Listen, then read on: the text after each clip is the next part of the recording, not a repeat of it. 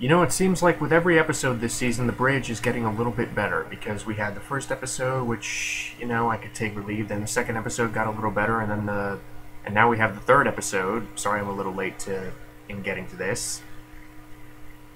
We're probably past the point of people caring, but the third episode I liked a little bit more than the second one. So if they can keep continuing this pattern, I think we can have a really solid season. I mean, the fact that these episodes are getting steadily better, in my opinion, I think really kind of reinforces this whole idea of escalation. I mean, the quality is escalating, the suspense is simultaneously escalating. Or maybe I'm just kind of thinking out loud here. But the multiple plot lines I thought were juggled fairly well this time around. I thought I thought they meshed a lot more. There were only really a few moments, a few scenes in this episode that I thought were just kind of out of nowhere and just seemed kind of not really random, but really kind of disconnected from everything because no, not because. I'm just gonna go into the acting because. Again, I'm saying because I don't mean to be doing this, I swear, but Diane Kruger, Demian Bashir, Ted Levine, they're all really good, and even the newer players like the I don't know her name, so I'm just gonna call her Tattoo Woman, who is trying to get to Fausto Galvan, presumably. The woman who Fausto Galvan wants Marco to find before the Americans do. She's very good. She's subtly creepy. I mean, she really plays this role of being psychologically unhinged. She plays that reasonably well. I mean, not really on the level of something like Hannibal, but she does it well. She's just subtle enough to where it works, while at the same time you can definitely sense that there is something very off about her. And also we got the return of Annabeth Gish and her little crew of drug smugglers. Oddly enough, I didn't really mind her this time around. Maybe it's because, once again, her storyline is actually connecting to the main plot.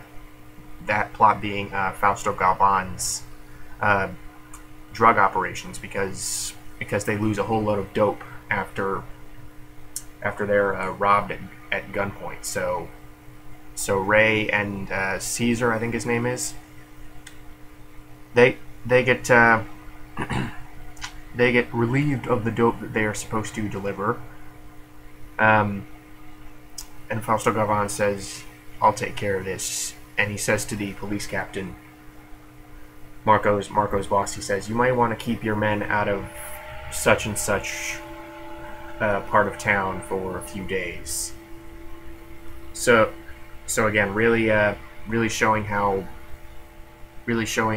corrupt the Mexican police force is, at least fictionally.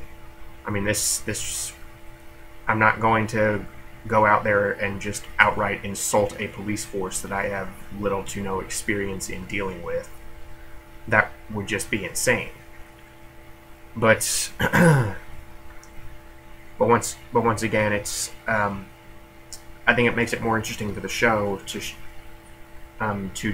to portray the Mexican police force as this very dirty organization who's tied up with these mafia heads, and the American police force as something that's, they don't really keep their forces in the loop, because we have those two agents who are trying to find a woman who don't trust Marco because he's from the Mexican police force. So there's a little bit of tension on both sides. So I like that. I like that both sides are not completely black and white.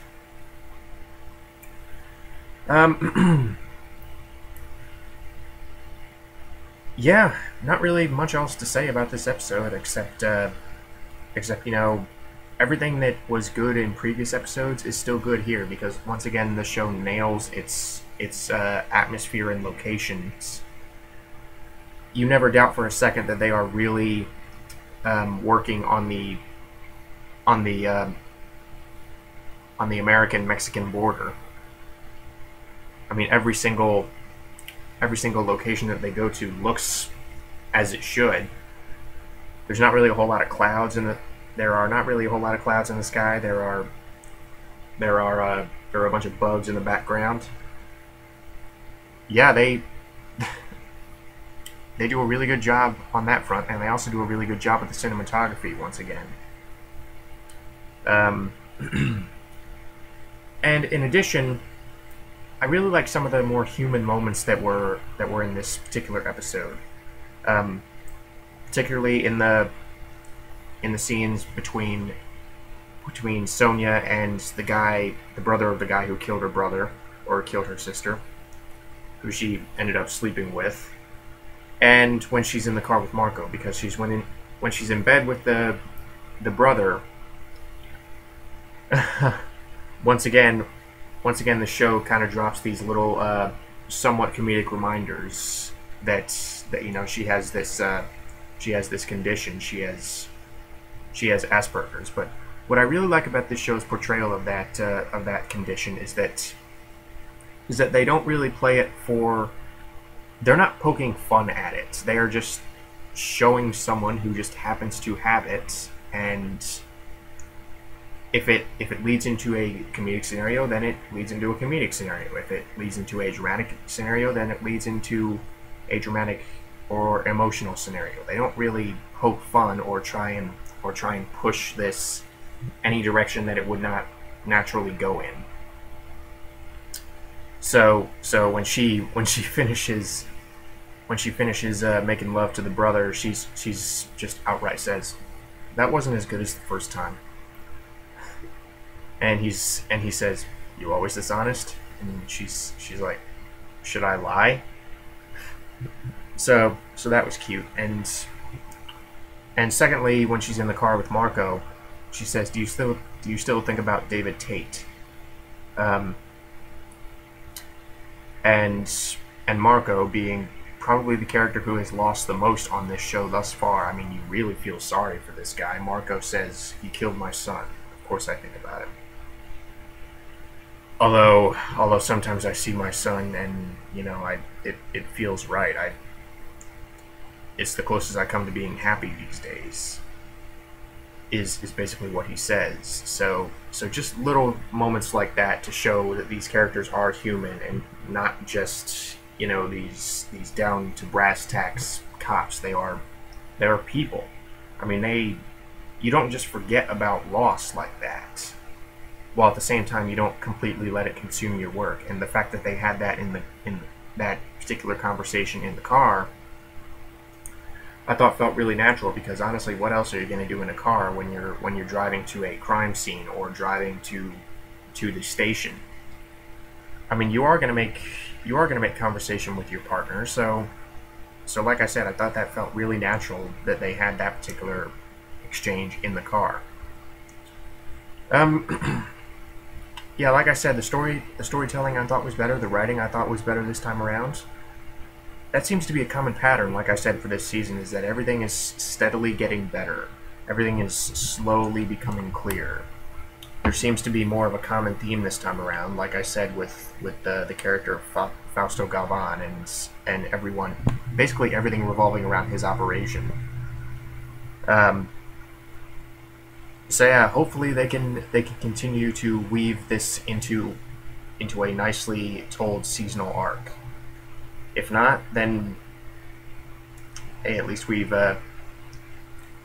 still got good episodes that we can rewatch, I guess.